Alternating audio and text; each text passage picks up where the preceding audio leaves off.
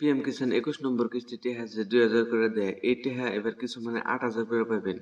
আবার দেখা গেছে যে কিছু নাম কাটা যাবো, পিএম কিষাণ 21 নম্বর কিস্তি টেহা কিছু পাইবেন না। আর আপনি যদি পিএম কিষাণে নতুন করে আবেদন করবার চান, তো কোন প্রসেসে আবেদন করা লাগবো, এই বিষয়গুলো, এই 2-3টা বিষয়ে সম্পূর্ণ বলে আলোচনা করবো। তো ভিডিওটা সম্পূর্ণ দেখুন, আশা করি ভিডিওটা ভালো লাগবে। যদি ভিডিওটা ভালো লাগে, ভিডিওর শেষে ভিডিওটা একটা লাইক করে দিন। এখন ভিডিওটা আরম্ভ করি। ভিডিও আরম্ভ করার আগে আপনার কাছে একটা ছোট্ট অনুরোধ, আপনি যদি প্রথমবার আমার ইউটিউব চ্যানেলে আসেন, তাহলে আমার ইউটিউব চ্যানেলটা সাবস্ক্রাইব করে রাখুন, কারণ আমার এই ইউটিউব চ্যানেলে নতুন নতুন ইনফরমেটিভ ভিডিও আমি ডেইলি আপলোড করি।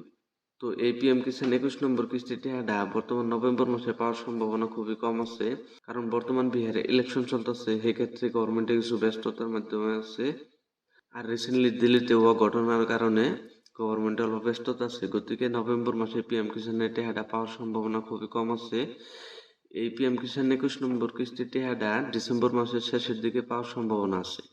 এই পিএম কিষাণ 21 নম্বর কিস্তি টেহা ওই ব্যক্তি পাবো যে ব্যক্তির আপনার ব্যাংকের কেওয়াইসি আপডেট করা আছে, বা আধার কার্ড লিঙ্ক আছে, মোবাইল নাম্বার লিঙ্ক আছে।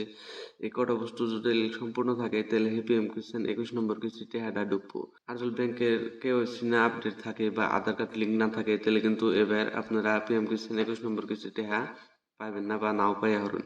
কারণ বর্তমান যে কোনো ধরনের স্কিমে টেহা অ্যাকাউন্টে ডাইরেক্ট ডিবিটির মাধ্যমে ট্রান্সফার করে, গতিকে কেওয়াইসি আপডেট, আধার কার্ড লিঙ্ক থাকা কিন্তু অত্যন্ত জরুরি।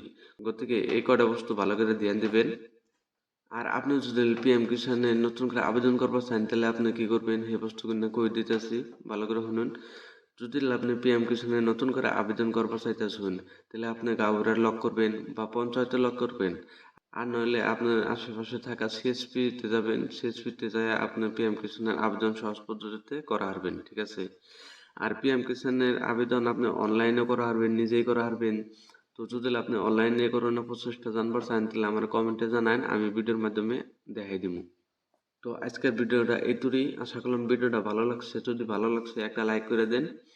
আর পিএম কিষাণ আবেদন করার অনলাইন প্রসেসটা যদি আপনি জানবার চান, নিজে কিভাবে অনলাইন করবেন, তাহলে আমার একটা কমেন্টে জানান, আমি নেক্সট ভিডিও আপলোড করতেছি। তো আজকের ভিডিও এনে সমাপ্ত, দেখা হবো পরবর্তী ভিডিওতে। হেতুরি ভালো থাকুন, সুস্থ থাকুন, ধন্যবাদ।